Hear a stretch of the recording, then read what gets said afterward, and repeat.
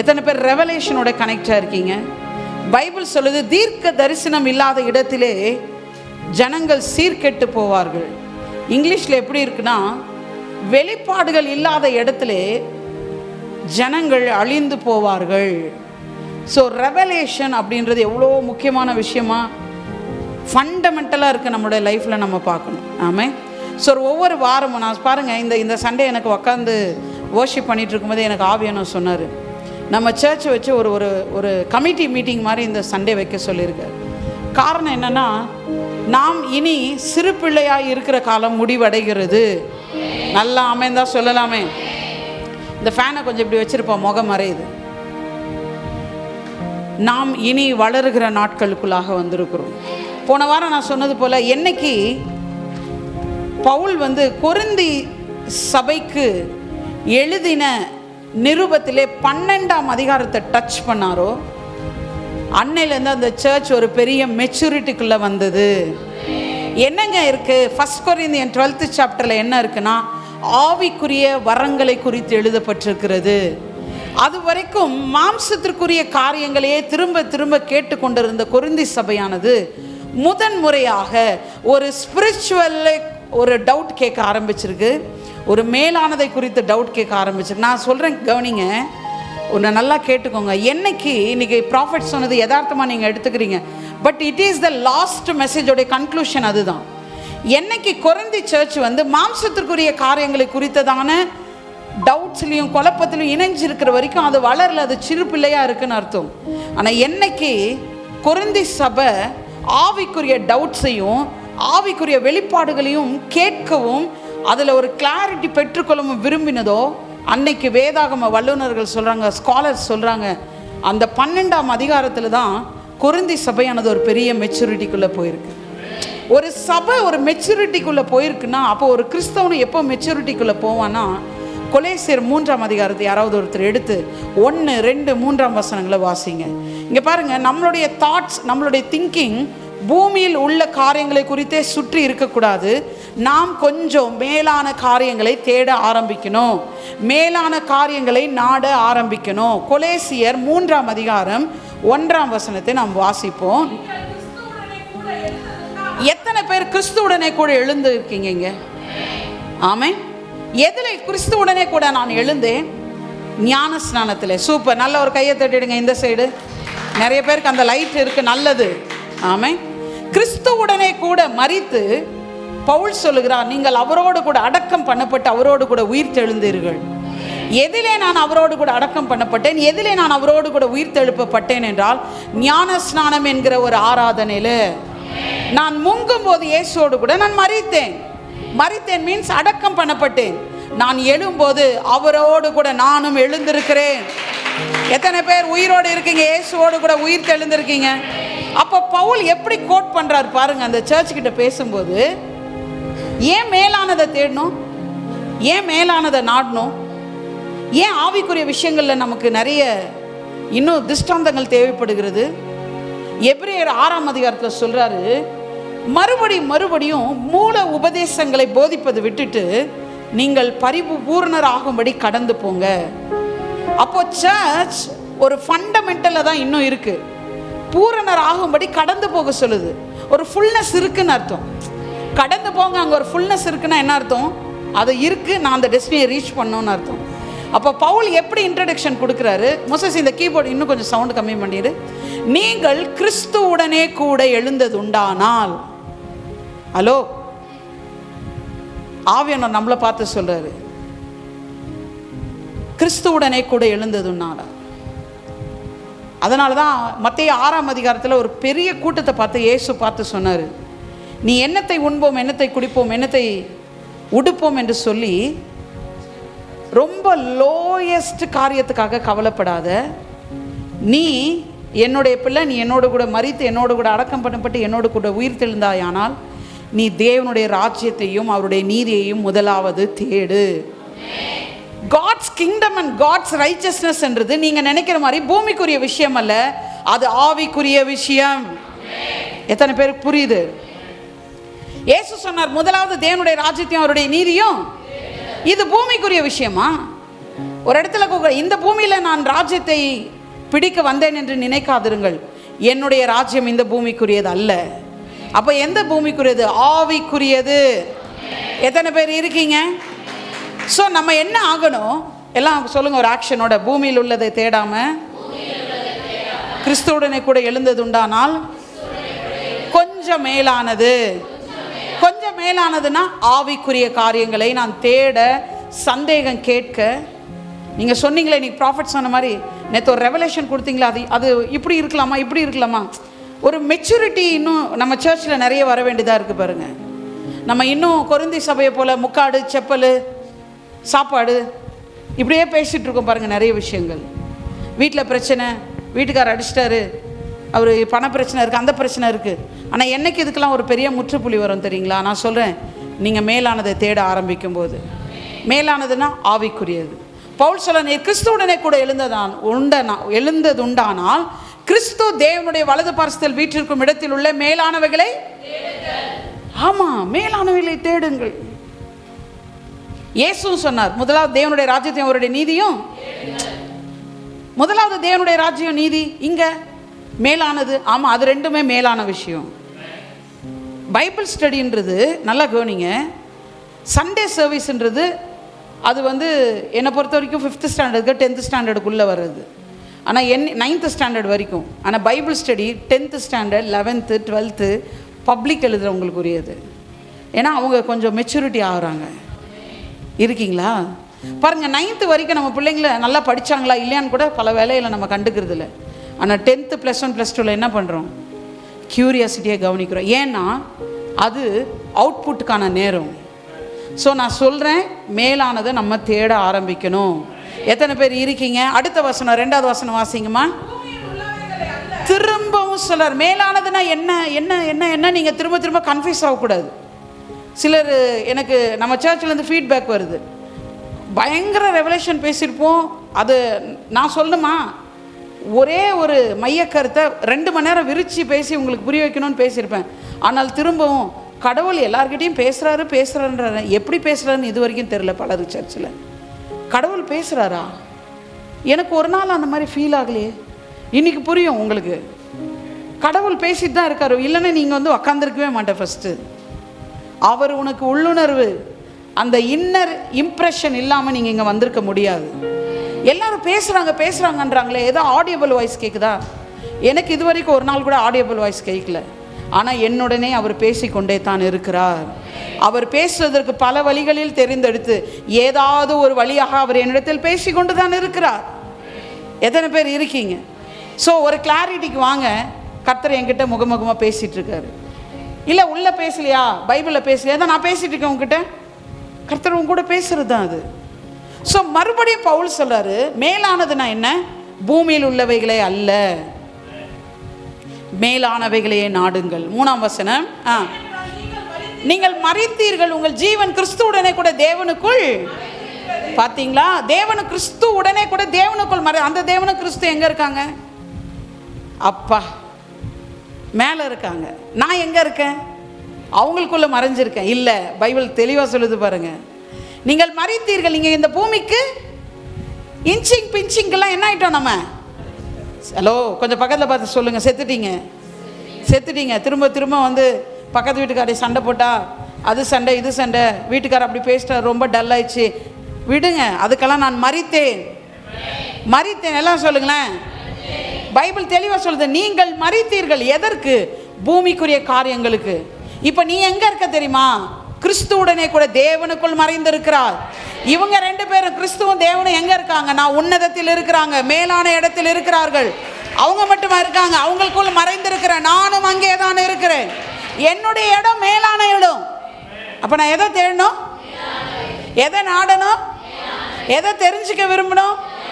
எதை படிக்கணும்? எதை கேட்கணும்? எத்தனை பேர் புரியுது நான் சொல்கிறது? ஏங்க, நீங்கள் இங்கே கிடையாதுங்க, நானும் இங்கே கிடையாது. என் ஜீவன் கிறிஸ்துவுடனே தேவனுக்குள். ஆஹா, கிறிஸ்துவுடனே கூட தேவனுக்குள் மறைந்திருக்கிறது. நான் சொல்கிறேன், இந்த பூமிக்குரிய காரியங்களுக்கெல்லாம் ஒரு ஃபுல் ஸ்டாப் வைக்கணும்னு எத்தனை பேர் ஆசைப்படுறீங்க? நான் பெரிய சீக்கிரட்டை பேசிகிட்டு இருக்கேன். ஆமாம். அடிக்கடி நாங்கள் பேசிக்கிறது உண்டு, என்னத்துக்கு இந்த கதையெல்லாம் பேசிட்டு, இதுக்கு பதிலாக இந்த வசனத்துக்கு என்ன அர்த்தம்னு பார்க்கலாம். நேற்று இந்த ஒரு புது ரெவலேஷன் பேசினாங்களே, இது எங்கே இருக்குன்னு போய் தேடலாம். நீங்கள் இப்படி உங்களை கொஞ்சம் சர்ச்சிங்க்கு விட்டு பாருங்கள். மேலானதை யோசிக்க, மேலானதை கேட்க, மேலானதை பேச நீங்கள் இப்படி கொஞ்சம் எதுவுமே முயற்சி இல்லாமல், பயிற்சி இல்லாமல் எதுவும் வராது. ஆமே. அடிக்கடி மாம்ச பேச்சு வருதா, சி இந்த சமயத்தில் போய் மத்தேயு 6ஆம் அதிகாரம் படிக்கலாம், கொலேசியர் 3ஆம் அதிகாரம் படிக்கலாம். மேலானதை தேடுன்றேன். நீங்கள் இப்படி தேடினீங்கன்னா நீங்கள் எங்கே போனாலும் நான் சொல்கிறேன், உங்களுக்குள்ளே இருந்து ஒரு காட்ஸ் ப்ரெசன்ஸ் ரிலீஸ் ஆனதை மற்றவங்க உங்ககிட்ட சொல்ல ஆரம்பிப்பாங்க. சும்மாவே காட்ஸ் ப்ரெசன்ஸ் ரிலீஸ் ஆகும். சும்மாவே உங்கள் பக்கம் போய் நின்னாலே, நீங்கள் பேசினாலே, ஒன்றுமே இல்லை, சிம்பிளாக ஒரு டிப்பு கொடுப்பீங்க, பெரிய சக்ஸஸ் வந்துடும். இதுக்கெல்லாம் ஒரு ரகசியம் என்ன தெரியுங்களா? நீங்கள் பூமியில் உள்ளவையில் எல்லாம் மேலானதை தேடும்போது. எத்தனை பேர் இருக்கீங்க? மோசஸ் கேளு, மேலானதை. பவுல் சொல்றாரு, நீ இங்கே கிடையாது, நீ அங்கே இருக்க. உன் பிளேஸ் எது? அங்கே. ஒரு எக்ஸாம்பிள் சொல்கிறேன், மேலே இருக்காங்கன்னு. அப்போ இப்போ கடவுள் மேலே இருக்காருன்னு பார்க்காதீங்க, அவர் எனக்குள்ளே இருக்கார். ஆனால் எங்கே இருக்காருன்னா ரொம்ப ஹையர் பிளேஸில் இருக்கார். நானும் அங்கே தான் இருக்கேன், நானும் எங்கே தான் இருக்கேன், அங்கே தான் இருக்கேன். ஸோ சர்ச் பண்ண ஆரம்பிப்பேன். எத்தனை பேர் ரெடியாக இருக்கீங்க? ஸோ போன வாரம் நம்ம என்ன பார்த்தோம்? ஹூ இஸ் த ஹோலி ஸ்பிரிட்ன்ற டைட்டிலில் பார்ட் 5. எத்தனைங்க இந்த வாரம்? பாகம் 5 பாகத்தை நம்ம பார்க்க போகிறோம். போன வாரத்துடைய கண்டினியூ தான். ஸோ போன வாரத்துடைய ஒரு டீசர் கொடுத்துட்டு தொடர்ந்து இந்த வார செய்திக்காக போகிறேன். Holy Spirit is the source of all gifts, fruits and அனாயிண்டிங்ஸ்ன்னு பார்த்தோம். ஆமென். ஆவியானவரே எல்லா வரங்களின் ஊற்றுக்காரனர், அவரே வரங்களை பகிர்கிறவர், அவரே அந்த வரங்களை தமக்கு சித்தத்தின்படி அவனவனுக்கு பகிர்ந்து கொடுக்கிறவர். எத்தனை பேருக்கு ஞாபகம் இருக்குது? இதற்கு ஆதாரமாக நான் கிஃப்ட்ஸை பற்றி பேச வரல. டைட்டில் என்னென்னா who is the Holi spirit. நான் ஆவியானவரை குறித்து பேசிக்கிட்டே வரேன். ஒவ்வொரு வாரமாக பார்த்துக்கிட்டே இருந்தோம். போன வாரம் ஒரு புது ஃபேஸ் நமக்கு தெரிஞ்சிச்சு. வரங்கள் வேணும்னு எல்லாருக்கும் ஆசை இருக்கும். ஆனால் அவங்க என்னன்னா, அவங்க சர்ச்சிங் எல்லாமே வரத்துக்கு மேலே இருக்கும். கனி வேணும், கனி வேணும்னு கனியவே சர்ச் பண்ணுவாங்க. கனியை சர்ச் பண்ணக்கூடாது, அதை யார் கொடுக்குறாங்களோ அவங்கள பிடிச்சிக்கணும். வரங்கள் மீது பவுல் சொல்லுகிறார், நீங்கள் ஞான வரங்களை விரும்புங்கள். விரும்பணும். ஞான வரங்களை என்ன பண்ணுமா? விரும்பணும். விரும்பினாதான் கிடைக்கும். பைபிள் சொல்லுது, நீதிமான் விரும்புகிற காரியம் அவனுக்கு. அப்போ ஏதாவது ஒன்று விரும்பினாதான் அது ஸ்டார்டிங் பாயிண்ட். கர்த்தர், நான் யார்கிட்ட ஒருத்தர்கிட்ட பேசிகிட்டு இருந்தேன் இந்த வாரம் நினைக்கிறேன். கர்த்தர் தனது சித்தத்தை எப்படி உங்களுக்கு தெரிவிப்பார் தெரியுமா? அவர் சித்தம் என்னன்னே தெரில அப்படின்னு நீங்கள் கன்ஃபியூஸ் ஆக தேவையில்லை. அவர் சித்தத்தை ஈஸியாக அனலைஸ் பண்ணிடலாம். எப்படின்னா, பைபிள் சொல்லுது, தேவன் தாமே தமது தயவுள்ள சித்தத்தை அவர் எனக்குள்ளே விருப்பங்களாய் தருகிறாராம். எத்தனை பேருக்கு புரியுது? தீபா கிட்ட பேசிகிட்டு இருந்தேன். கரெக்டு. ஒன்றுத்துக்கு மீது ஏதாவது ஒரு விருப்பம், புதுசாக ஒரு விருப்பம் வந்திருக்குங்க எனக்கு. ஒரு கவர்மெண்ட் ஜாப் மேலே ஒரு விருப்பம் வந்திருக்குன்னா, இப்போ தெரிஞ்சுக்கோ, அது அவருக்கு சித்தம்ன்றதுனால தான் அந்த விருப்பத்தை உன் இருதயத்தில் போட்டிருக்காரு. வசனம் தெளிவாக இருக்குது. தேவன் தாமே தமது தயவுள்ள சித்தத்தின்படி நமக்குள்ளே விருப்பங்களையும் செய்கைகளையும் உண்டு பண்ணுகிறார். அப்போ சித்தத்தை, அவருடைய சித்தத்தை மனுஷனுக்குள்ள எப்படி ஷோ பண்ணுறாராம்? டிசையர்ஸாக ஷோ பண்ணுறாரு. எத்தனை பேர் புரியுது? எனக்குள்ளே வர விருப்பம்லாம் என்னவோ, ஐயோ தப்போ ரைட்டாக தெரியலையே, நல்ல விஷயங்களுக்கான விருப்பம் சொல்கிறேன். ஒரு பொண்ணு அப்படி தான் சொல்லிச்சேன், நான் சாதிக்க விரும்புகிறேன், சாதிக்க விரும்புகிறேன்னு. அவங்க அப்பா சொன்னாரா, சாதிக்க தானம்மா விரும்புகிறேன், நல்ல தானம்மா சாதிமா. அப்பா நான் அந்த சாதிக்கலப்பா, பக்கத்து விட்டு சாதிக்க விரும்புகிறேன்ப்பா. அந்த பொண்ணு எதுக்கு இந்த இதை சொல்லுச்சுன்னா, ஒரு பாஸ்டர்கிட்ட போய் பேசியிருக்கு. நீதிமான் விரும்புகிற காரியம் கொடுக்கப்படும் இருக்குல்ல, நான் சாதிக்க விரும்புகிறேன். யார? அப்போ அது கொடுக்கப்படுமான்னு கேட்டிருக்காரு. அப்போ அவர் சொல்கிறாரு, நீ விரும்புகிறத வச்சு தான் நீ நீதிமான் இல்லையானே முடிவு எடுக்கும். அப்படி தான் முடிவு எடுக்க முடியும். ஸோ நீதிமான்னா அவன் நல்லதே விரும்புவான். ஆமாம். கெட்டது விரும்புவோமா? உலக காரியங்களை விரும்புவோமா? நான் இல்லை. உலக காரியங்களை நாங்கள் வீடு காரில் விரும்புவோம். ஐயோ அதெல்லாம் உலக காரியம் கிடையாது. இந்த பூமியில் நாம் நல்லா இருக்கும்படி தேவன் நமக்காக ஏற்படுத்தின வஸ்துக்கள் அதெல்லாம் இருக்கணும். அதெல்லாம் கர்த்தருடைய நாம மகிமையின் சாட்சிக்கு அதெல்லாம் நம்ம கிட்ட இருக்கணும் பாருங்கள். அப்போ சாதிக்க விரும்புகிறேன்னு சொல்லி அந்த அந்த என்ன சொல்கிறதுன்னா, அந்த வேர்டை கரெக்டாக நம்ம அனலைஸ் பண்ணி எடுக்கணும் பாருங்கள். அப்போ ஒன்று தெரிஞ்சுக்கோங்க, இது கர்த்தருக்கு சித்தமாக இல்லையா? எனக்குள்ளே ஒரு விருப்பம் வருதுன்னா, விருப்பம்னா என்ன தெரியுங்களா? அது நிறைவேற்றியே தீர்வோம், நம்ம நிறைவேறியே ஆகணும் நிற்போம் பாருங்கள். அவருடைய சித்தத்தை விருப்பங்களாய் கன்வெர்ட் பண்ணுறாரு. எத்தனை பேர் வசனத்தை போட்டுட்டா? பிலிப்பியர் 2:13 பாருங்கள். ஏனெனில் தேவனே தமது தயவுள்ள சித்தத்தின்படி விருப்பத்தையும் செய்கைகளையும் உங்களில், சூப்பராக வேர்டு அப்படியே இருக்கு பாருங்க, உங்களில் உண்டாக்குகிறவராக இருக்கிறார். ஏதாவது உண்மையிலே சாதிக்க விரும்பணும்னு உனக்கு ஒரு விருப்பம் வந்துச்சுன்னா அது கண்டிப்பாக கர்த்தர் சித்தம் தான். அவன் சாதிக்கணும், நான் ப்ரூவ் பண்ணணும், ஐயோ இப்படியெல்லாம் நம்ம நினைக்கக்கூடாது, இதெல்லாம் பெரிய தப்பு போட்டுக்கு அதை கரெக்டாக போயிட்டுருக்கோம் நம்ம. எத்தனை பேர் இருக்கீங்க? ஸோ என்ன பார்த்தோம்? ஞான வரங்களை விரும்புங்கள். பக்கத்தில் பார்த்து சொல்லுங்க. பவுல் சொல்கிறாரு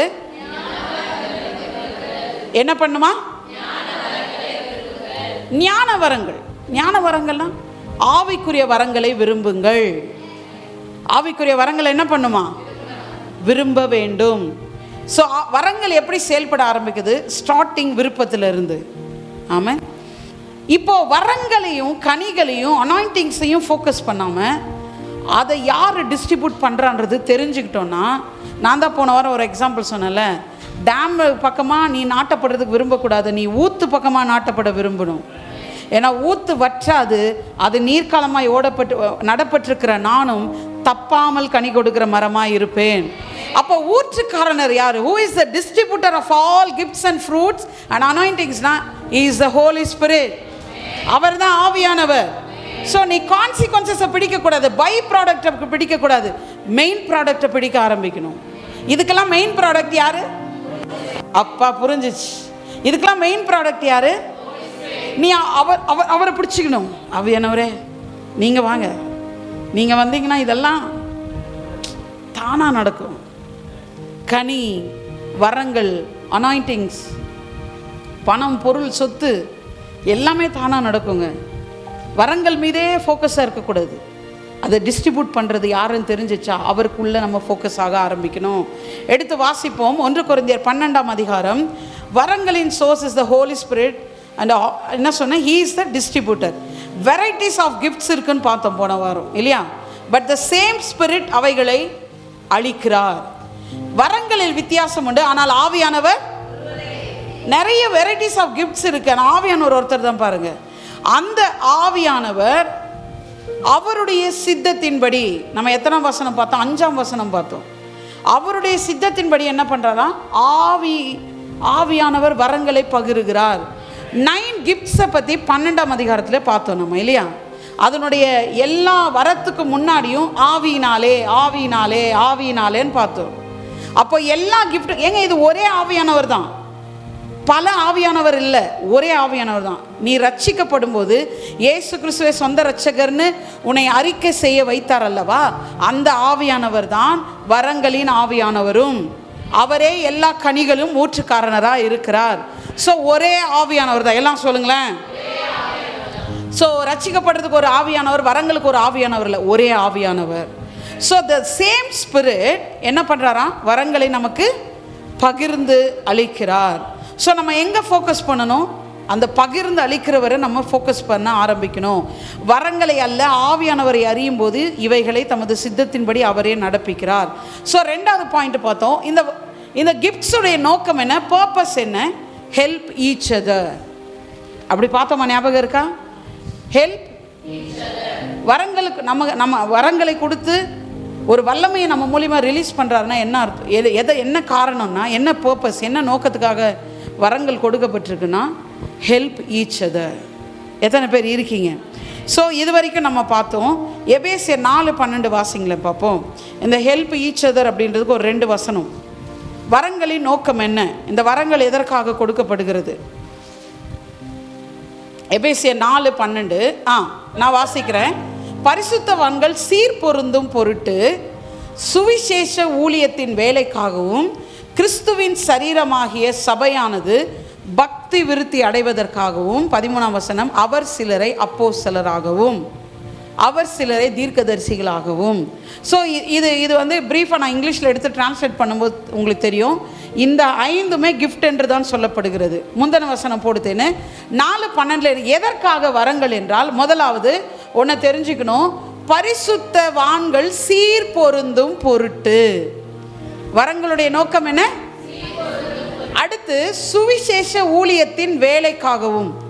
கர்த்தர் கிஃப்ட்ஸை எதற்காக கொடுக்குறாருன்னா, முதலாவது சர்ச்சில் இருக்கிற பரிசுத்தவான்கள்லாம் சீர் பொருந்தணும்.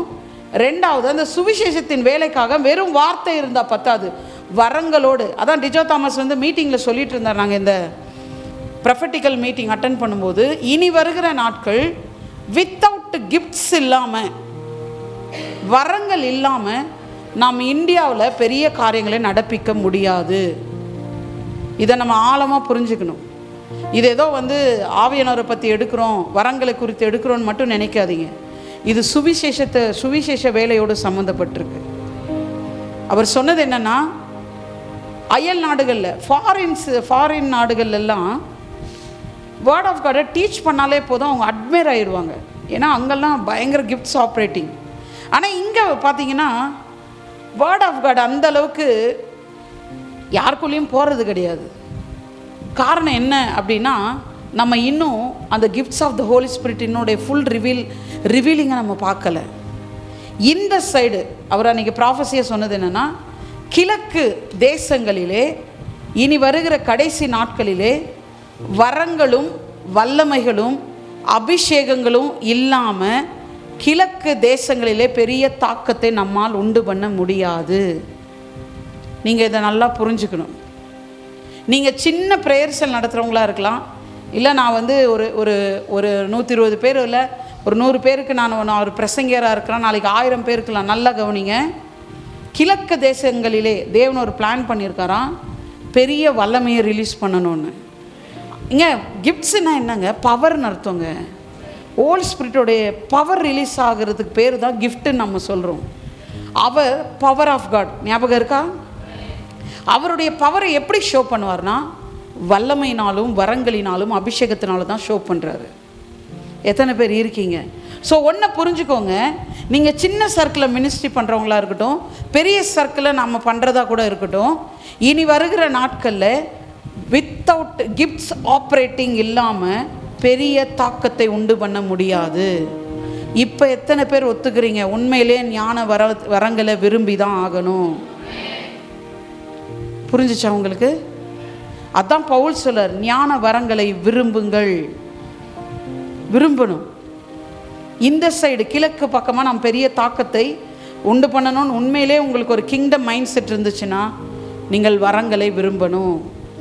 எந்த வரம்லாம் நீ சூஸ் பண்ண முடியாது, சொல்கிறேன் இப்போது. அதுதான் அடுத்த சப்ஜெக்ட். அதுதான் இல்லை இந்த 9 அதில் பவுல் சொல்கிறார், ஞான வரங்களை விரும்புங்கள், விசேஷமாய் தீர்க்க தரிசன வரத்தை விரும்புங்கள்னு சொல்கிறார். தீர்க்க தரிசனம்னா நேம் காலிங் கிடையாது. நீங்கள் ஒரு நல்ல கிளாரிட்டிக்குள்ளே வரணும். ப்ராஃபஸி கிஃப்ட்ன்றது நீங்கள் நினைக்கிற மாதிரி ஒரு நேம் காலிங்கோ இல்லை எதிர்காலத்தை குறித்து சொல்லுகிறது மாத்திரம் ப்ராஃபஸி கிடையாது. அறிவு உண்டாக்குறது, வெளிப்படுத்துதல், வெளிப்பாடுகள் சபைக்கு புரிகிற வண்ணமாய். இப்போ நான் பேசிகிட்டு இருக்கும்போது சென்னம்மா அவங்களுடைய இருதயத்தில் ஒரு பக்தி விருத்தி உண்டாகுதுன்னா, இப்போ நான் வார்த்தையினாலே ஒரு தீர்க்க தரிசனத்தை பேசி கொண்டிருக்கிறேன். தீர்க்க தரிசனம் அப்படின்ற கிஃப்டில் நிறைய வெரைட்டிஸ் இருக்குது. அதில் ஒன்று நேம் காலிங், அதில் ஒன்று நீ எங்கே இருந்த எங்கே போனன்னு சொல்கிறது, அதில் ஒன்று நீ எங்கே போவ எங்கே இருப்ப எப்படி இருப்பேன்னு சொல்கிறது, அதில் ஒன்று இப்போ நான் பேசி கொண்டு இருக்கிறதும் வார்த்தையின் மூலமாய் ஒரு வெளிப்பாடை பேசுகிறேன்னா இட் இஸ் ஆல்சோ ப்ராஃபஸி. அப்போ பவுல் என்ன சொல்கிறாருன்னா, சபைக்கு ஏதாவது இந்த ஜனங்களுக்குள்ளே நீ ஒரு பக்தி விருத்தி உண்டாக்கணும்னா, நீ அங்கே போய் அந்நிய பாஷை அவங்களுக்கு புரியாத பாஷையில் பேசாத. நீ அவர்களுக்கு அறிவு உண்டாக்குறதுக்காவது வெளிப்படுத்துறதுக்காவது அவர்களுக்குள்ளே பக்தி விருத்தி உண்டாக்குறதாவது ஏதுவானவைகளை பேசு. அதற்கு பேர் தான் தீர்க்க தரிசனம் என்று சொல்லுகிறார். எத்தனை பேருக்கு புரியுது? அதே அதிகாரத்தில் சொல்கிறாரு, தீர்க்க தரிசனம் விசுவாசிகளுக்கு அடையாளம், அந்நிய பாஷை அவிசுவாசிகளுக்கு அடையாளம் அப்படின்றார். ஆமென்.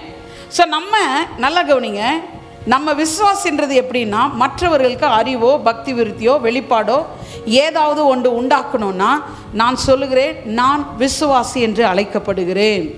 நான் பாட்டுக்கு வெறும் அந்நிய பாஷையில் மட்டுமே ஸ்டேஜ் ஏறி 1.5 மணி நேரம் அந்நிய பாஷை மட்டும் பேசிட்டு போயிட்டேன்னா உங்களுக்கு ஏதாவது அறிவு உண்டாச்சா? உங்களுக்கு வெளிப்பாடு ஏதாவது கிடைச்சிச்சா? பக்தி விருத்தி உண்டாச்சா? ஆனால் உங்களுக்கு புரிகிற மாதிரி பேசுகிறேன் பாருங்கள். பவுல் அதை தான் சொல்கிறார், நீங்கள் ஞான வரங்களை விரும்புங்கள், விசேஷமாய் தீர்க்க தரிசன வரத்தை விரும்புங்கள். மற்றவனுக்கு ஏதாவது ஒன்று பிரயோஜனம் வரணும், அப்படிப்பட்ட வரத்தை விரும்புன்றார். எத்தனை பேர் வரங்களை விரும்ப போகிறீங்க? நான் மறுபடியும் சொல்கிறேன், இந்த வசனம் என்ன சொல்லுது? சுவிசேஷ ஊழியத்தின் வேலைக்காகவும். எத்தனை பேர் சுவிசேஷ வேலையில் கனெக்ட் ஆகிருக்கீங்க? அப்படின்னா வரங்களை நாம் விரும்ப வேண்டும், விரும்பணுங்க. வரங்களை அப்படின்ற ஒரு கான்செப்ட் வரட்டும். அந்த வரத்தை நம்ம இஷ்டத்துக்கு நம்ம ஆப்ரேட் பண்ண முடியாது. நமக்குள்ளே இருக்கிற ஆவியானவர் அவருடைய சித்தத்தின்படி தான் ஆப்ரேட் பண்ண முடியும். எடுத்து வாசிப்போம் அந்த வசனத்தை. அதுலேயே 11ஆம் வசனம், 11ஆம் வசனம் வாசிங்க. சுமித் இது கொஞ்சம் கம்மியாக வச்சுடு சுமித். இது 12 சாரிம்மா 1 கொரிந்தியர் 12:11 வந்தாச்சு. நம்ம 12:11 very important verse in this chapter நான் அப்படின்னு எழுதியிருக்கேன் இங்கே.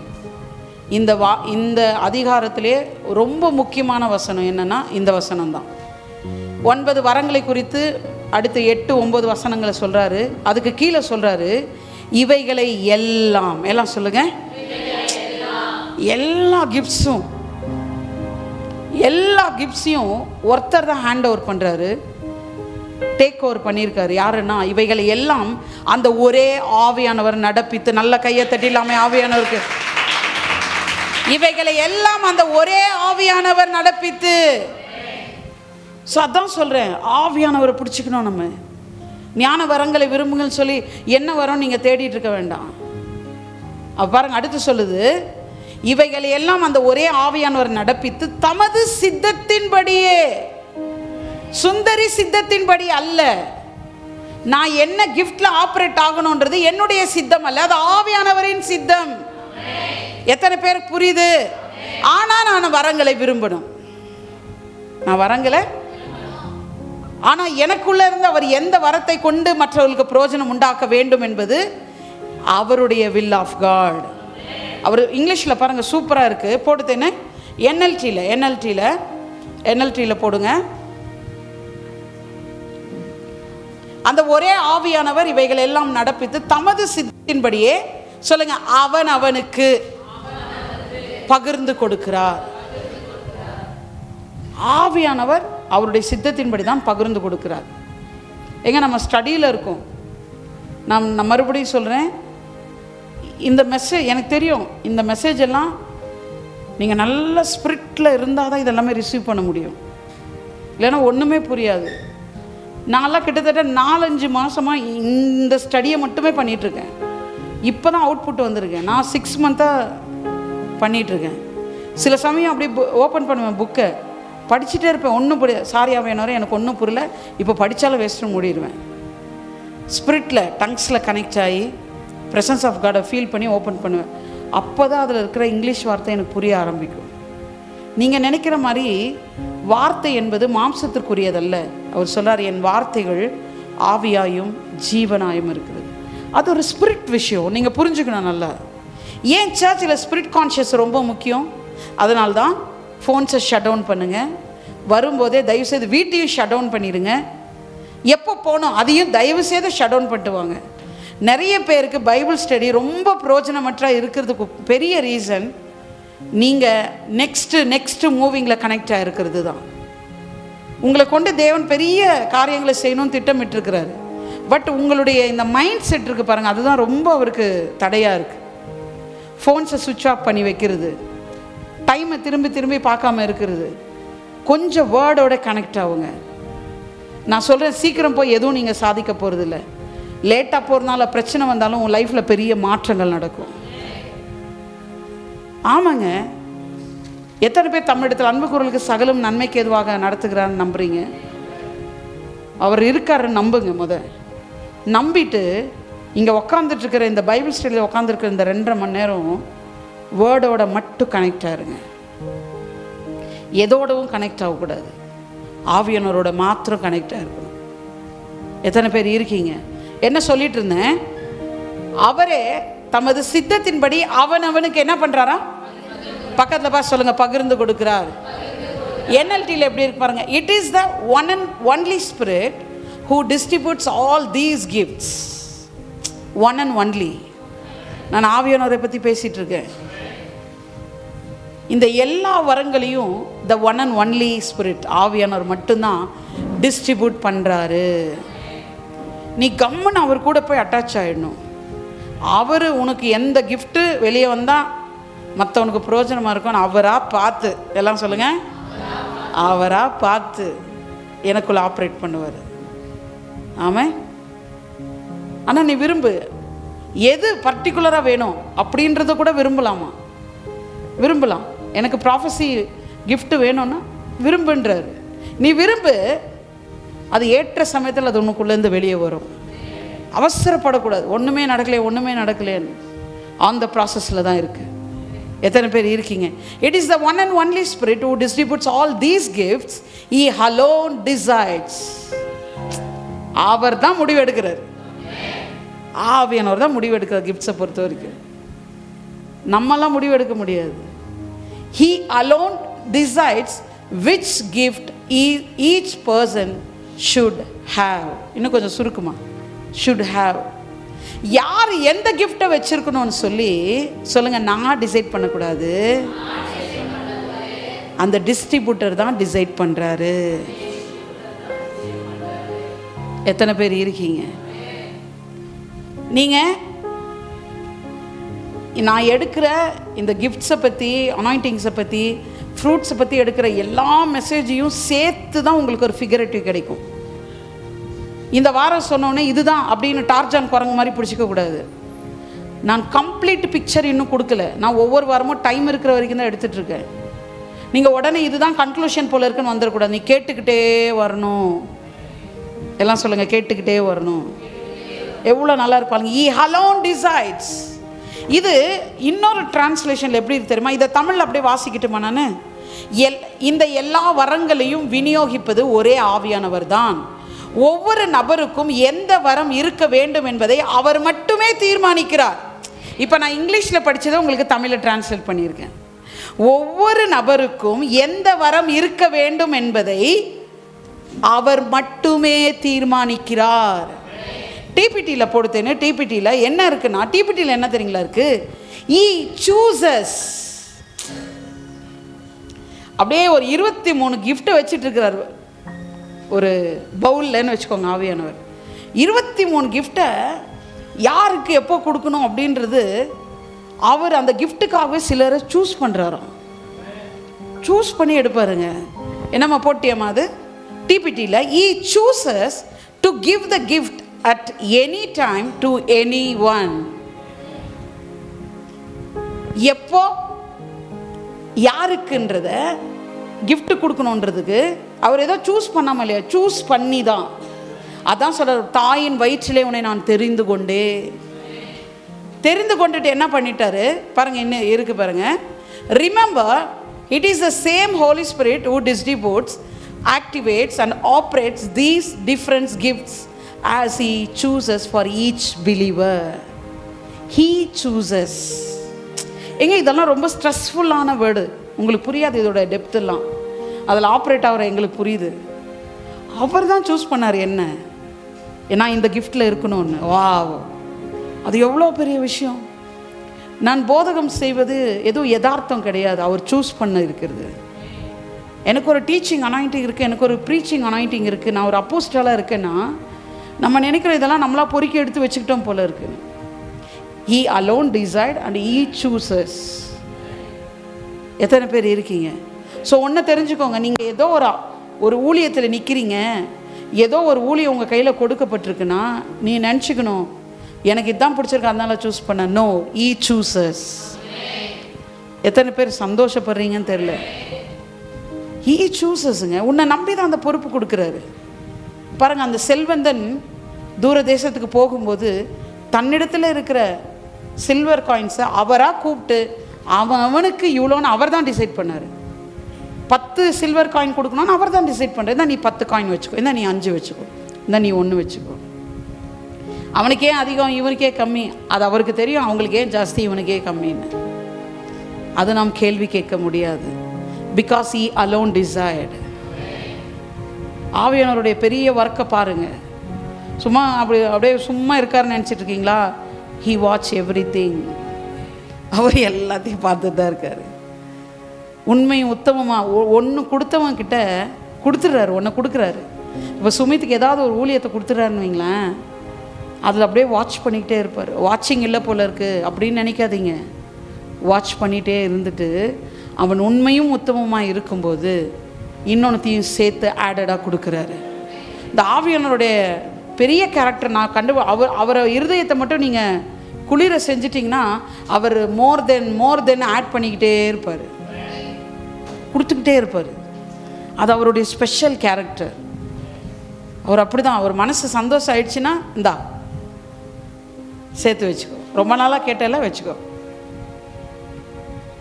நமக்குள்ளே இருக்கிறவர் அவ்வளோ ஒரு அழகானவர். எத்தனை பேர் இருக்கீங்க? So he சூசஸ். நீ ஏதாவது ஒரு மினிஸ்ட்ரியில் இருக்க, உனக்குள்ளே ஏதாவது ஒரு சின்ன கிஃப்ட் இருக்குது, இல்லை ஒரு ட்ரீம் பற்றி பேசுகிறேன். நான் ஒரு நாள் பேசுகிறேன். ட்ரீம் இஸ் நாட் ஏ கிஃப்ட்னு சொன்னார் என்கிட்ட. போன வாரம் செய்தியை நான் இன்றைக்கி மதியம் ஃபுல்லாக உட்காந்து கேட்டுட்டு இருந்தேன். ஏன்னா நான் எதுலேருந்து கண்டினியூ பண்ணணும்னு எனக்கு தெரியணும். போன வாரம் நான் கொடுத்த மெசேஜை ஃபுல்லாக கேட்டுட்டு இருந்தேன்.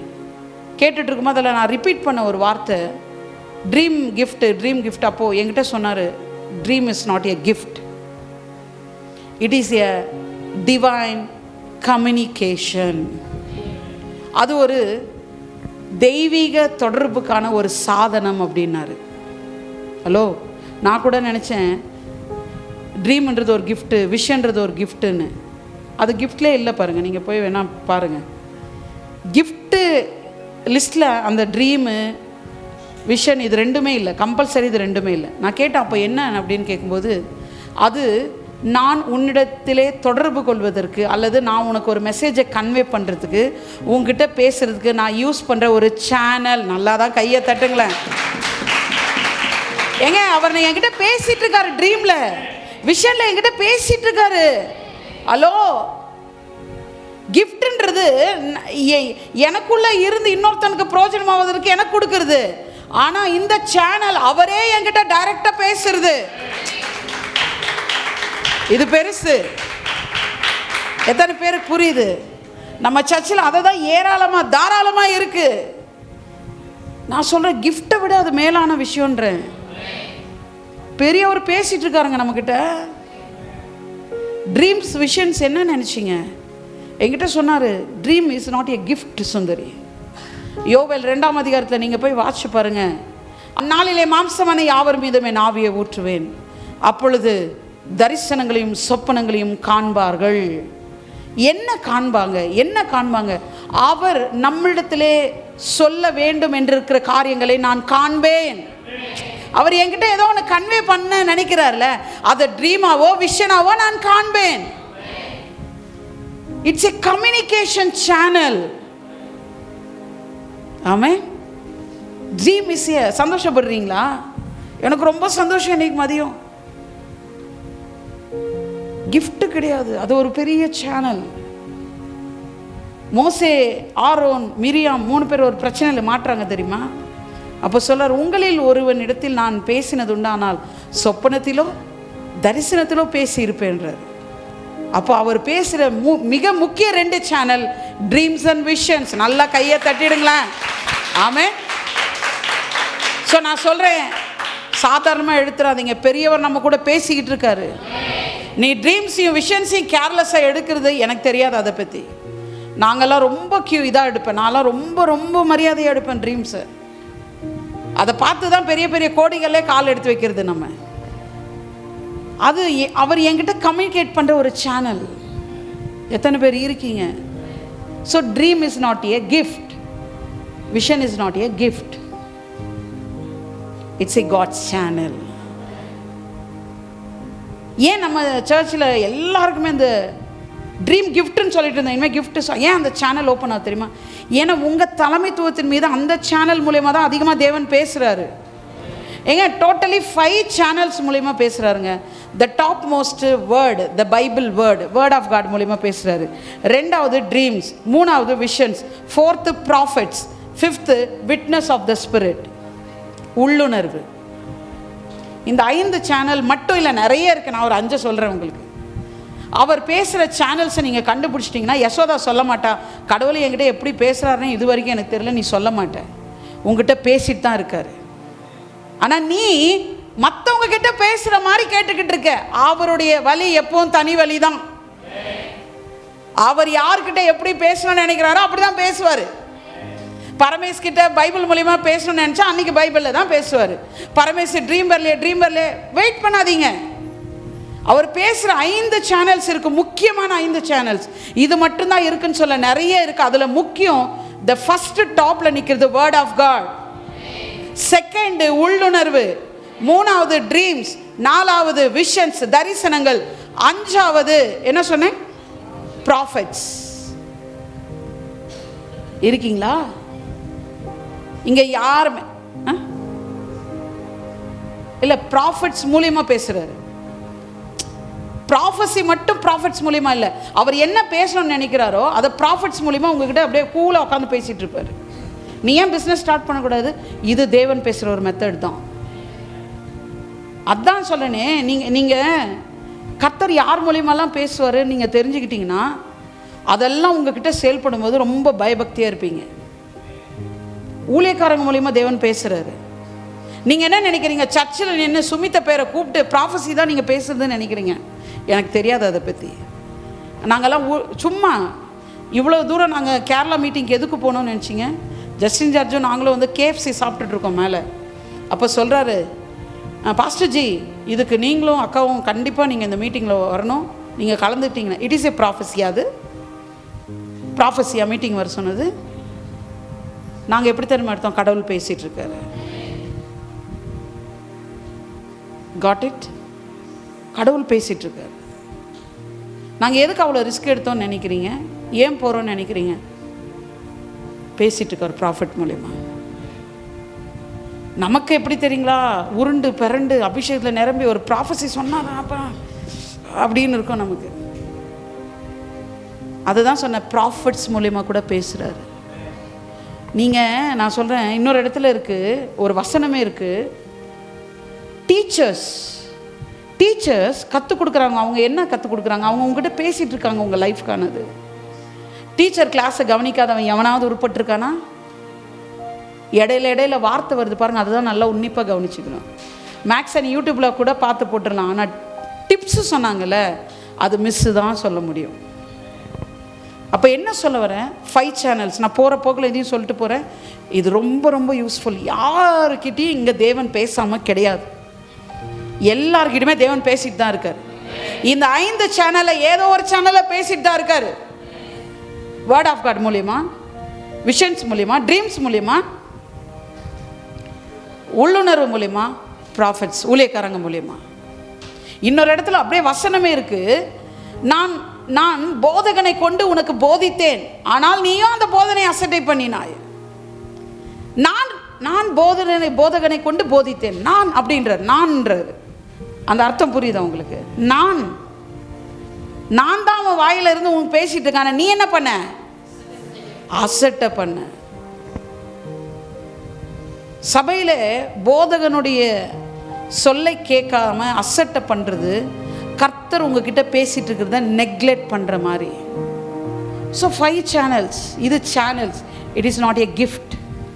ஏங்க கிஃப்ட்னு சொல்ல? கிஃப்ட்ன்றது அவர் எப்போ, எனிஒன் அண்ட் எனி டைம், அவர் எப்போ அப்போ தான் பேசுவார். ஆனால் சேனல்ன்றது எப்போவும் என்கிட்ட பேசிக்கிட்டே இருப்பார். டிஃப்ரென்ஸ் புரியுதா கிஃப்ட்டுக்கும் சேனலுக்கும்? கிஃப்ட்டு மற்றவங்களுக்கு பிரயோஜனமாக இருக்கிற கிஃப்ட் வேணால் எப்பயாவது அவர் சித்தமானப்போ ஆப்ரேட் ஆகட்டும். ஆனால் சேனல் எப்பவுமே இருக்கணும், டெய்லியும். எல்லாம் சொல்லுங்கள், டெய்லியும். ட்ரீம் வரலையே சிலர் என்னன்னே தெரியல, கேட்டு படுத்தேன் ஒன்றும் வரல, வார்த்தை வந்திருக்கும், இல்லை மினிஸ்டர் ஆஃப் காட் மூலயமா உங்ககிட்ட பேசியிருப்பார், உன் போதகன் மூலயமா பேசியிருப்பார். ஆமாம், இல்லை எனக்கு ட்ரீமில் தான் எப்பவும் பேசுவார். அதுதான் முட்டாள்தனம்ன்றது. இப்படி தான் உட்காண்ட்ருக்கோம் நிறைய பேர். சிலர் வார்த்தையே வரலையே சிலர். நான் தான் சொல்லேன்னா, அவர் 5 சேனல்ஸை யூஸ் பண்ணுறாரு. எத்தனை பேருக்கு யூஸ்ஃபுல்லாக இருக்குது? நீங்கள் இதை புரிஞ்சுக்கணும். நான் அப்போ தான் அதனால தான் எனக்கு கன்ஃபியூஷனாக இருக்குது. கர்த்தர் என்கிட்ட எப்படி எல்லாரும் பேசுகிறாங்கன்னா எங்கே பேசுகிறாரு எங்கிட்ட, ஏன் பேசலை உங்ககிட்ட? இவ்வளோ நாள் என் மூலியமாக அண்ணா மூலியமாக உங்ககிட்ட பேசிட்டு தானே இருந்தார். அது என்ன நினைக்கிற நீ? அவர் பேசுகிற சேனல். பைபிள் சொல்றது, ஊழியனுடைய வாயிலே கர்த்தருடைய வேதத்தை தேடுவார்கள். வேதம்னா கர்த்தருடைய வார்த்தையை தேடுவார்கள். பேசுறது யதார்த்தமாக எடுத்துக்கூடாது, எல்லாமே யதார்த்தமாக எடுத்துக்கூடாது. எனக்கு ஞாபகம் இருக்குது, 2024-23 இங்கே நம்ம ஒரு அப்போஸ்டலை வச்சு ஒரு மீட்டிங் நடத்தணும். அப்போ இங்கே உட்காந்துட்ருக்கேன்.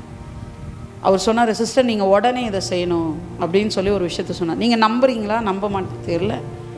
நாங்கள்லாம் ஒரு ஒரு அனாயிண்டட் பர்சன் வாயிலிருந்து, ஒரு மினிஸ்டர் ஆஃப் காட் வாயிலிருந்து சாதாரணமாக பேசுறது கூட எனக்கு கடவுள் பேசுறது தான். உடனே செய்யணும். அடுத்த 2 வாரத்தில் அந்த விஷயத்தை சர்ச்சில் செஞ்சு முடித்தேன். ப்ராஃபஸி, அது ப்ராஃபஸி இல்லை, காட் பேசுகிற சேனல். அப்போ ப்ராஃபட்டோ நானும் இங்கே நிற்கும்போது, நாங்கள் இப்போ ஏதோ ஒன்று பேசிகிட்டு இருக்கோம், திடீர்னு ஒன்றை பார்த்து சொல்லிட்டு இருக்கோம், இப்போ வண்டியை வாங்குன்னா நீ ஏன் தெரியுமா அசட்டு பண்ணுற? இவங்க பேசுகிறாங்க, இவங்களுக்கு என்ன, நம்ம பிரச்சனை நமக்கு தான் தெரியும், இவங்களுக்கு என்ன போய். கர்த்தர் உன்னிடத்தில் இடைப்பட்டு கொண்டு இருக்கிறார். கர்த்தர் உன்னிடத்தில் இடைப்பட்டு கொண்டு இருக்கிறார். அவர் ஏதோ ஒன்று போய் வாங்குங்க, செய்யுங்க, போய் அட்வான்ஸை கொடுங்கன்னா, அவர் சொன்ன மாதிரி சைக்கிளை கற்றுக்கோன்னா சைக்கிள் வரப்போகுதுன்னு அர்த்தம். எந்திரிச்சு போய் வாங்குனா அதுக்கான தேவை சந்திக்கப்பட போகுதுன்னு அர்த்தம். புரியலையா?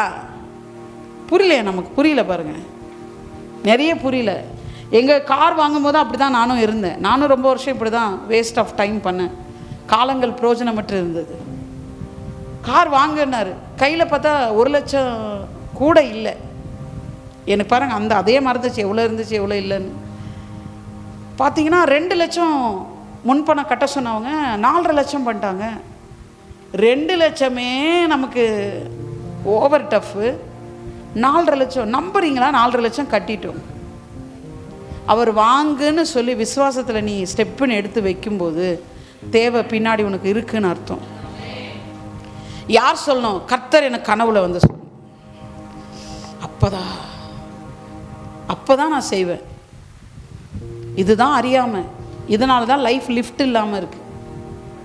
நான் யார்கிட்ட ஒருத்தங்கிட்ட பேசிட்டு தான் நினைக்கிறேன், ஏன் இப்போது சென்னம்மாக்கு எப்போ பாரு கனவுல தான் கடவுள் பேசுகிறாருன்னா, நீ கனவை மட்டுமே பிடிச்சிட்டு இருந்துடக்கூடாது. கனவை மட்டுமே பிடிக்கக்கூடாது. 5 சேனல்ஸ்லையும் காட் மூவ் பண்ணுவார். 5 சேனல்ஸ்லையும் மூவ் பண்ணுவார். உனக்கு கனவுல மூவ் பண்ணாத ஒரு விஷயம் எங்கே மூலியமா மூவ் பண்ணாலும் நீ காட்ஸ் வேர்டை தான் எடுக்கணும். உனக்கு கனவுல மூவ் ஆகுது, உள்ளுணர்வில் மூவ் ஆகுதுன்னா அது காட்ஸ் மூவாக தான் எடுக்கணும். இந்த dream dream dream dream dream dream dream ட்ரீம்னு ஒன்று எல்லாம் ட்ரீம்லேயே போயிட்டோம் பாருங்க. நம்ம என்ன நினைக்கிறோம், அது ஒன் அண்ட் ஒன்லி சேனல் அப்படின்னு நினைக்கிறோம். இல்லை, 5 சேனல்ஸ் இருக்குது பாருங்கள். திடீர்னு பர்த்டேக்கு இது பண்ண வராங்க, ப்ராஃபட் கிட்ட நீங்கள் ப்ரேயர் பண்ணும்போது அவர் ஏதாவது பார்ப்பார். சில வேளையில் பார்க்குறதில்ல. பார்த்தேன்னு சொல்லி ப்ளஸ் பண்ணுறாரு. ஏன் கிட்ட வந்தீங்கன்னா நான் சொல்லுவேன், கர்த்தரும் இப்படி அலங்காரப்படுத்துகிறேன்னு சொன்னார். இன்னொன்று ஏதோ அவர் உள்ளங்கையில் உன்னை வரைந்து வைத்திருக்கேன், உன் மதில் எனக்கு முன்பாக எப்போதும் இருக்குன்னு சொன்னார். அவ்வளோதான். நான் பிலீவ் பண்ணுறேன், அது கடவுள் பேசிகிட்டு இருக்காரு என்கிட்டன்னு. நீ நம்புறியா அந்த 5 சேனலை? அது ஒரு சேனல். ஸோ ட்ரீம்ஸை கேஷுவலாக எடுக்காதீங்க, விஷன்ஸை கேஷுவலாக எடுக்காதீங்க, வேர்ட் ஆஃப் காடை கேஷுவலாக எடுக்காதீங்க, ப்ராஃபிட்ஸ் ஊழியக்காரங்க பேசுகிறத உங்கள் உள்ளுணர்வை கேர்லெஸ் எடுக்காதீங்க. கர்த்தர் என்கிட்ட சொல்லிட்டு இருந்தார், நான் 100க்கு 60-70% உள்ளுணர்வினாலே நடத்தப்படுகிறவராய் இருக்கிறேன், நடத்துகிறவராய் இருக்கிறேன். உள்ளுணர்வு, ஒரு உணர்வு வருது, ஒன்று தானே வந்துச்சுன்றோம் நம்ம. அந்த ஒரு உணர்வை தட்டி கழிச்சியோ எத்தனை பேர் வாழ்க்கை இழந்திருக்காங்க. நான் இதெல்லாம் யோசிச்சுட்டு இருந்தேன். அப்படி சோஃபாவில் உட்காந்துட்டு இருப்பேன். திடீர்னு ஒரு உள்ளுணர்வு எந்திரிச்சு உள்ளே போனோம், பார்த்தா பாம்பை பார்ப்பேன். திடீர்னு எந்திரிச்சு பார்க்கணும்னு தோணும், பார்த்தா பூரான் இருக்கும். திடீர்னு இது இருக்கும், திடீர்னு அது இருக்கும். ஒரு நாள் திடீர்னு எந்திரிச்சு அந்த ரூம் போனால், அங்கே போனால் பயங்கர ஒரு விஷயம் எனக்கு காத்திருக்கு. அந்த உள்ளுணர்வு தட்டி கழிக்கிறதே கிடையாது. நம்ம மிட் நைட் 2 மணினாலும் எஞ்சி போய்டும் உள்ளுணர்வு வந்துச்சுன்னா. அது உள்ளுணர்வு எப்படி வரும்னா, கனவுல வர்ற மாதிரி வந்து உள்ளுணர்வு வரும். நான் தட்டி கழிக்கவே மாட்டேன். ஏன்னா எனக்கு தெரியும் என் அப்பா என் கூட பேசுகிற சேனல்ஸ் என்னென்னு. ஆமாம், பாருங்கள், ஜஸ்டின் ஜார்ஜ் சொன்ன அந்த ப்ராஃபிட்ஸ் மூலிமா பேசுகிறதும் எனக்கு சேனல் தான், ட்ரீம்ஸும் எனக்கு சேனல் தான், என்னுடைய உள்ளுணர்வும் எனக்கு சேனல் தான். முக்கியமாக உபாகமம் 10:11 இது என்ன சேனல், வார்த்தையின் மூலிமா தானே பேசினார். அடுத்து இன்னொன்று என்ன சொன்னேன், விஷன்ஸ். விஷன்ஸ் அது விஷன்ஸ் எல்லாம் எனக்கு வர்றதே கிடையாது. விஷன்ஸ் எல்லாம் எனக்கு வர்றது கிடையாது. ஆனால் நான் அந்த ப்ரொஃபட்டிக் மீட்டிங்கில் கண்ணை திறங்கப்பா, கண்ணை திறங்கப்பா, நான் கண்ணை திறந்துட்டே பார்க்கணும்ப்பா, ஏன் நான் விரும்புகிறேன். அதுக்கப்புறம் என்ன ஆச்சுன்னு தெரில, நான் சும்மா அப்படி டங் ஸ்ப்ரேயில் அப்படி கனெக்ட் ஆகி இப்படி கண்ணு மூடினாவே அப்படியே பிக்சராக காமிப்பார் எனக்கு.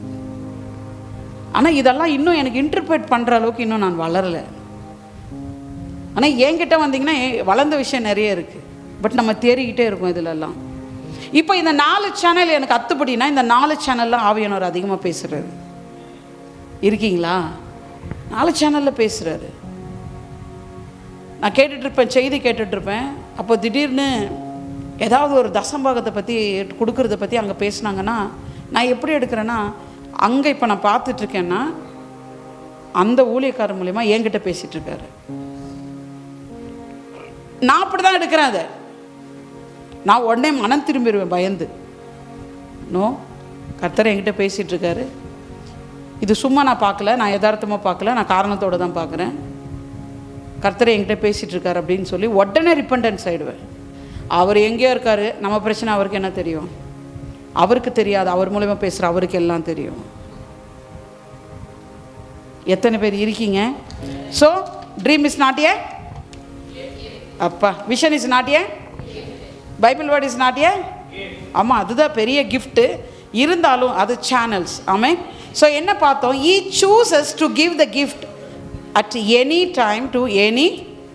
அவர்தான் எப்போ யாருக்கு கொடுக்க வேண்டும் என்று தேர்வு செய்கிறார். ஸோ நீ பண்ணுற ஊழியத்துக்கு மேலே உனக்கு ஒரு ப்ரிவிலேஜ் வர ஆரம்பிக்கணும். ஏன்னா நீயா சூஸ் பண்ணியோ, ஏங்க ஊழியக்கார மூலயமா உன்னை ஒரு ஸ்தானத்தில் நிப்பாட்டினா கூட அதை கர்த்தர் தான் செய்கிறாரு. நம்மெல்லாம் என்ன சொல்கிறேன்னா, ரொம்ப பிரைடில் இருக்கிறோம், ரொம்ப பெருமையில் இருக்காங்க நிறைய பேர். என்கிட்ட பேசுகிற அதே சேனலில் கடவுள் பேசினதான் நான் ஒத்துக்குவேன். நான் எவ்வளோ முறை சொல்லியிருக்கேன் பல விஷயங்கள். ஆனால் அப்போ கேட்காதவங்க எங்களுக்கு ஒரு ட்ரீம் வந்துச்சு அதனால் நாங்கள் செய்கிறோன்னு வந்தவங்க செம்ம கடுப்பாகும் எனக்கு. அப்போ நீ என்ன நினச்சி என்கிட்ட பேசிகிட்டு இருக்க? நீ என்ன நினச்சி என்கிட்ட பழகுற? நீ என்ன நினச்சி செய்தியை கேட்குற? உங்களுக்கு புரியுதா? உங்களுக்கு என்ன நினச்சி தான் நீ பண்ணிகிட்ருக்க? எல்லாமே எனக்கு புரியல. உனக்கிட்ட தனியாக வந்து சொல்லணுமா? அவர் உங்ககிட்ட தனியாக சொல்லணும். இதற்கு காத்திருக்கிறவர்கள் தான் தங்கள் வாழ்நாளெல்லாம் வனாந்திரத்தை சுற்றுற கேஸு. காத்துட்ருக்கக்கூடாது. போங்க கார் வாங்குங்கன்னா எடு. இல்லை கடவுள் எனக்கு வார்த்தை எதுவும் கொடுக்கலையே, தான் வார்த்தை தான் கொடுத்துருக்காரு. It is the God's word.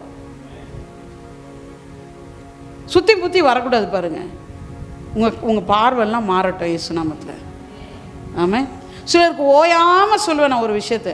ஏங்க நான் பார்த்துட்டுங்க கடவுளோட கேரக்டரும் எனக்கு தெரிஞ்சு எனக்கு கொஞ்சம் சிமிலர். அந்த கேரக்டர் இருக்குது. என்னென்னா, சுமித்துக்கு ஏதாவது அவன் லைஃப்பில் ஒன்று நடத்தணும்னு அவரோ இல்லை ஈவன் எங்களுக்கு ஒரு முடிவு கொடுத்துட்டாலோ நாங்கள் நடத்தாம விடுறதில்ல, அவரும் நடத்தாம விட மாட்டார். இந்த வழியில் வரல, வேறு ரூட் எடுப்பார். உனக்கு வேறு ரூட் எடுப்பார். நல்லா இருக்கும்போதே கேட்கல, வா. அப்படி வந்து கடைசியில் பாருங்கள், அவர் என்ன உங்ககிட்ட முன்னாடி சொன்னார் அதை ஃபுல்ஃபில் ஆகும். நான் சொல்ல, ஏன் அந்த வனாந்திர சுத்து உடனே ஒபீடியன் பண்ணிவிடும். ஒபீடியன்ஸ், ஒரு கீழ்ப்படிதல் வந்துட்டோம். எத்தனை பேர் இருக்கீங்க? ஸோ முக்கியமான இன்னும் 15 மினிட்ஸ் டைம் இருக்குது. ஸோ முக்கியமான ஒரு விஷயத்த சொல்கிறேன். என்னென்னா, அடுத்த வாரம் என்ன ஹவு டு டிஸ்ட்ரிபியூட், இதை எப்படி டிஸ்ட்ரிபியூட் பண்ணுறார், அதுக்கு ஒரு 2 மெத்தட்ஸ் இருக்குது. அது அப்புறம் பார்ப்போம். இப்போது வரங்கள், ஹவு மெனி கிஃப்ட்ஸ் இந்த பைபிள் அப்படின்னு மட்டும் பார்க்க போகிறோம்.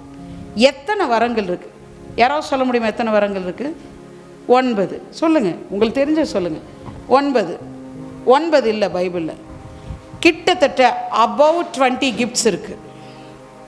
எத்தனை கிஃப்ட்ஸ் இருக்குது? 20க்கு மேலே. நான் அக்யூரேட்டாக நம்பர் சொல்ல விரும்பலை, ஏன்னா நான் இன்னும் கீப் சர்ச்சிங்கில் இருக்கேன். 23 to 29 அப்படின்றாங்க. ஸோ அபவ் 20 கிஃப்ட்ஸ் இருக்குது. எங்கே இருக்குது இந்த கிஃப்ட்ஸ் எல்லாம்? 1 கொரிந்தியர் 12. ஸோ இந்த வாரம் வந்து நான் முடிக்கிறேன் ஹவு மெனி கிஃப்ட்ஸ் இந்த பைபிள்னு சொல்லிட்டு. இப்போ நான் சொன்னேன்ல, ஆவியானவர் தான் பகிர்ந்து கொடுக்குறார், பகிர்றாருனால இதை எப்படி பகிர்றாரு அதையும் தெரிஞ்சுக்கணும்ல. எப்படி டிஸ்ட்ரிபியூட் பண்ணுறாரு, அதுக்கு ஒரு 2 மெத்தட்ஸ் இருக்குது. அதெல்லாம் ரொம்ப ப்ரீஃப் சப்ஜெக்ட்டு. இதை நீங்கள் புரிஞ்சுக்கிட்டிங்கன்னா நான் சொல்கிறேன், எதுவும் உங்களை சுற்றி நடக்கிறது யதார்த்தம் இல்லைன்னு புரிஞ்சுக்குவீங்க. So how many gifts? 1 கொரிந்தியர் 2, 8, 9, 10ஆம் வசனத்தில் மொத்தம் 9 கிஃப்ட் இருக்குது. என்னென்ன கிஃப்ட் இருக்குது? சீக்கிரமாக வாசிங்க போப்போ, யாராவது ஒருத்தர் சீக்கிரமாக. இதெல்லாம் வசனத்தை வாசித்தா தான் கரெக்டாக இருக்கும். என்ன? 1 கொரிந்தியர் 12, 8, 9, 10. சீக்கிரமாக. எப்படி எனில், ஒருவனுக்கு ஞானத்தை போதிக்கும் வசனம், இட் இஸ் ஏ கிஃப்ட். ஓகேவா? வேறு ஒருவனுக்கு அந்த ஆவியினாலே அறிவை உணர்த்தும் வசனம். 3வது ஆவியினாலே விசுவாசம். 4வது குணமாக்கும் வரங்கள். 5வது அற்புதங்களை செய்யும் சக்தி. 6வது தீர்க்கதரிசனம் உரைத்தல். 7வது ஆவிகளை பகுத்தறிதல். 8வது பற்பல பாஷைகளை பேசுதல். 9வது பாஷைகளை வியாக்கியானம் பண்ணுதல். இந்த பாருங்க, இது 9 கிஃப்ட்ஸ் மட்டும் இங்கே சொல்லப்பட்டிருக்கு. அதுலேயே 28ஆம் வசனத்தை வாசிங்க. 28, அதில் ஒரு 5 கிஃப்ட் இருக்குது. நீங்களே கிறிஸ்துவின் தேவனானவர் சபையிலே. தங்கச்சி என்ன ஏமா கன்ஃபியூஸ் பண்ணுற? 28 போடுமா. தேவனானவர் சபையிலே 1வது அப்போஸ்தலரையும், 2வது தீர்க்கதரிசிகளையும், 3வது போதகர்களையும், பின்பு அற்புதங்களையும், பின்பு குணமாக்கும் வரங்களையும், ஊழியங்களையும், ஆளுகைகளையும், பலவித பாஷைகளையும். இந்த இடத்துல மொத்தம் அங்கே சொல்லப்பட்டது போக 5 கிஃப்ட்ஸ் இருக்குது. நோட் பண்ணிக்கோங்க, இதெல்லாம் வீட்டில் போய் மெடிடேட் பண்ணுங்கள். இதுக்கு முன்னாடி சொன்னதில் 9 இருக்குது, இதில் ஒரு 5 கிஃப்ட் இருக்குது. ரோமர் 12ஆம் அதிகாரம் 6, 7, 8 வசனங்களை வாசிப்போம். ரோமர் 12, 6, 7, 8. எனக்கு இங்கிலீஷில் என் மொபைல் கொஞ்சம் தரீங்களாப்பா? 6, 7, 8. ரோமர் 12. இங்கே கவனிங்க.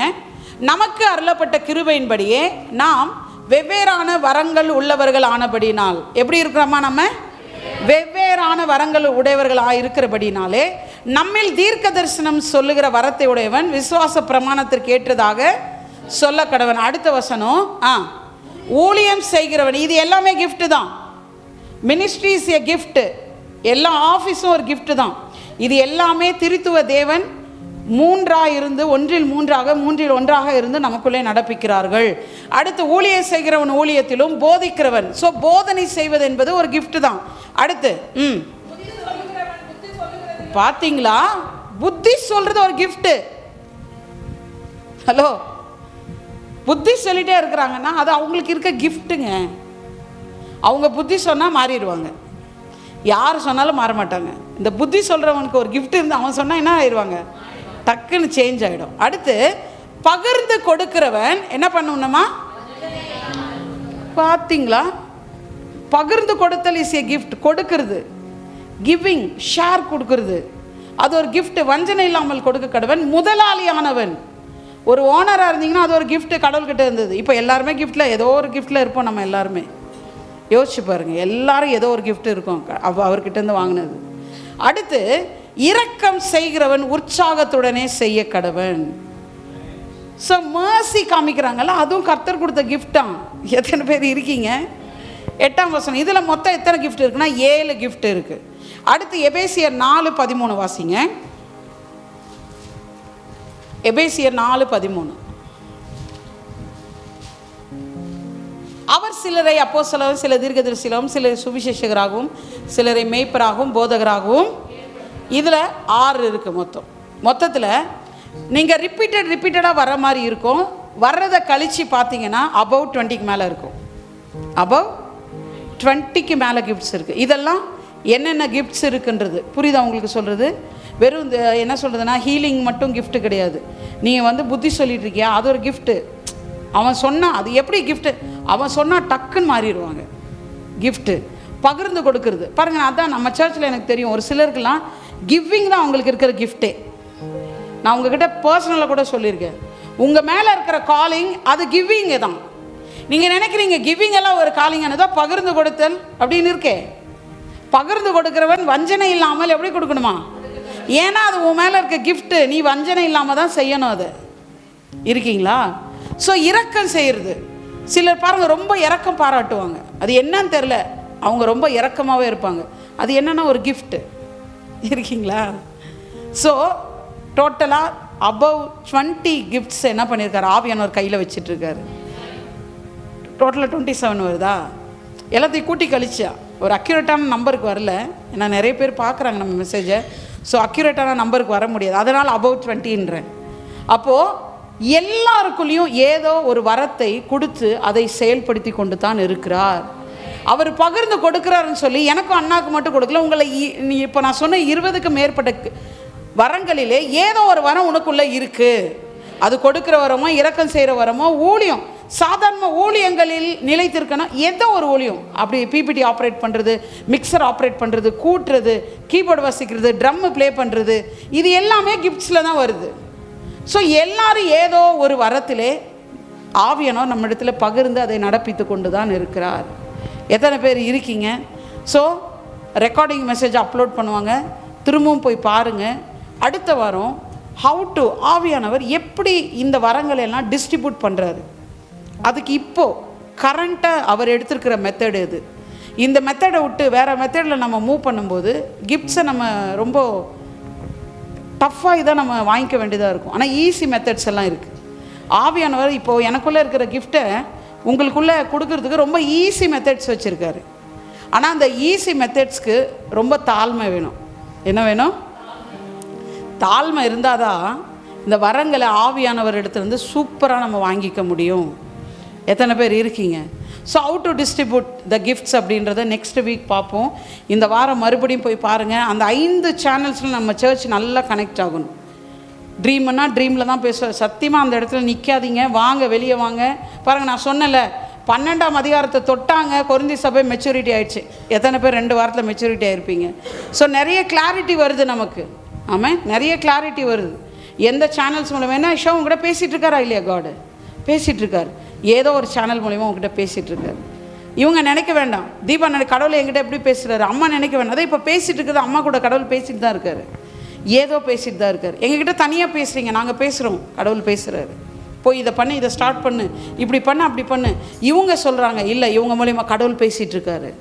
நீ அப்படி எடுத்தனா உன் லைஃப்பில் ஆப்பர்ச்சுனிட்டிஸ் ரொம்ப வேல்யூபிளாக மாற ஆரம்பிக்கும். எழுந்து நிற்போமா தேவ சமூகத்தில்? Thank you Jesus. எல்லாரும் நன்றி சொல்லுங்கள். நம்ம ஒரு பெரிய முதிர்ச்சி நிலை அடைந்து கொண்டு இருக்கிறோம். நிறைய விஷயம் நான் சொல்கிறேன் கம்மிங் டேஸில் நமக்கு ரிவீல் ஆக போகுது. நிறைய பவுண்ட்ரிஸ் எல்லாம் பிரேக் ஆக போகுது. எல்லா பவுண்ட்ரிஸ் எல்லாம் வெளியேற போகுது.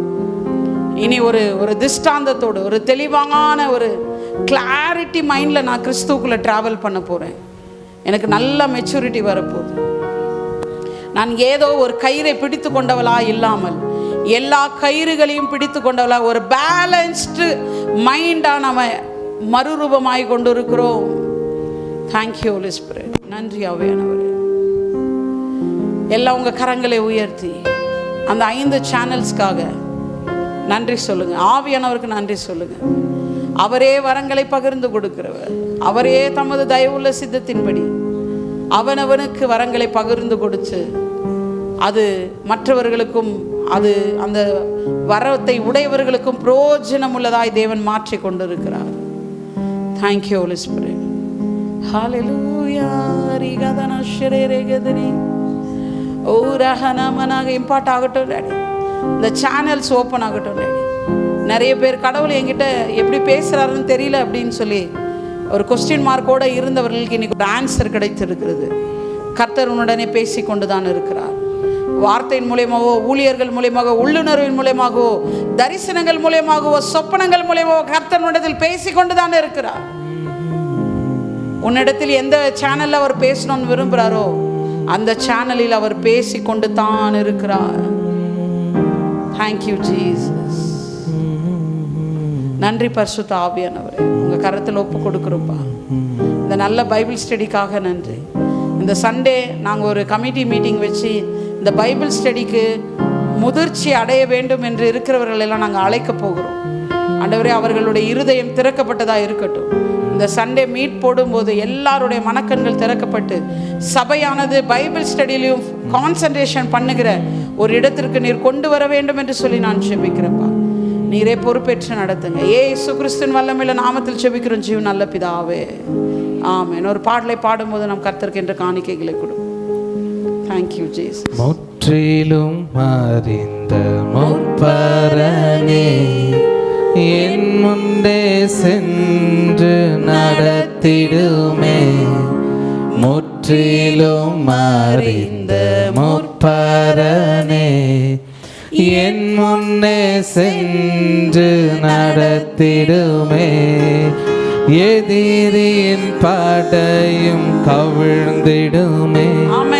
உன் வார்த்தையின் வல்லமை எழுந்திடுமே. எதிரியின் படையும் கவிழ்ந்திடுமே. உன் வார்த்தையின் வல்லமை எழுந்திடுமே. நீர் வாழ்கவே, நீர் வாழ்கவே, நீர் வாழ்கவே. இயேசுவே நீர் வாழ்கவே, நீர் வாழ்கவே, நீர் வாழ்கவே. இயேசுவே. நல்ல தகப்பனே, எஸ் டாடி, நாங்கள் பூரணத்தை நோக்கி கடந்து சென்று கொண்டு இருக்கிறோம். எங்க சபை மூப்பர்களுக்கு நல்ல ஒரு கிளாரிட்டி உண்டாகட்டும் டாடி. ஒரு தெளிவான திஷ்டாந்தத்தில் அவளை நடத்துங்கப்பா. முதிர்ச்சி அடையட்டும், மெச்சூரிட்டிக்குள்ள கடந்து வரட்டும். எனக்குள்ளேயும் தேவன் வரங்களை கொண்டு செயல்பட்டு கொண்டு தான் இருக்கிறார் என்கிற திட மனது அவர்களுக்கு உண்டாகட்டும். இதை கேட்டுக்கொண்டிருக்கிற ஒவ்வொருவரையும் நான் ஆழமாக பிளஸ் பண்ணுறேன் டாடி. அன்றுவரை இந்த செய்தியை 2-3 முறை பார்த்து திரும்ப நோட்ஸ் எடுத்து படித்து இதையே தங்களுடைய வாழ்க்கையினுடைய அனுபவமாக்கட்டும் என்று சொல்லி இயேசு கிறிஸ்துவின் வல்லமையுள்ள நாமத்தினால் ஆசீர்வதித்து ஜெபித்து அனுப்புகிறேன் ஜீவனுள்ள நல்ல பிதாவே. ஒருமனப்பட்டவர்களா என் ஆத்துமாவே என் முழுலுமே பரிசுத்த நாமத்தை ஸ்தோத்திரி. என் ஆத்துமாவே கர்த்தரை ஸ்தோத்திரி, அவர் செய்த சகல உபகாரங்களையும் மறவாது. ஆமென், ஆமென். God bless.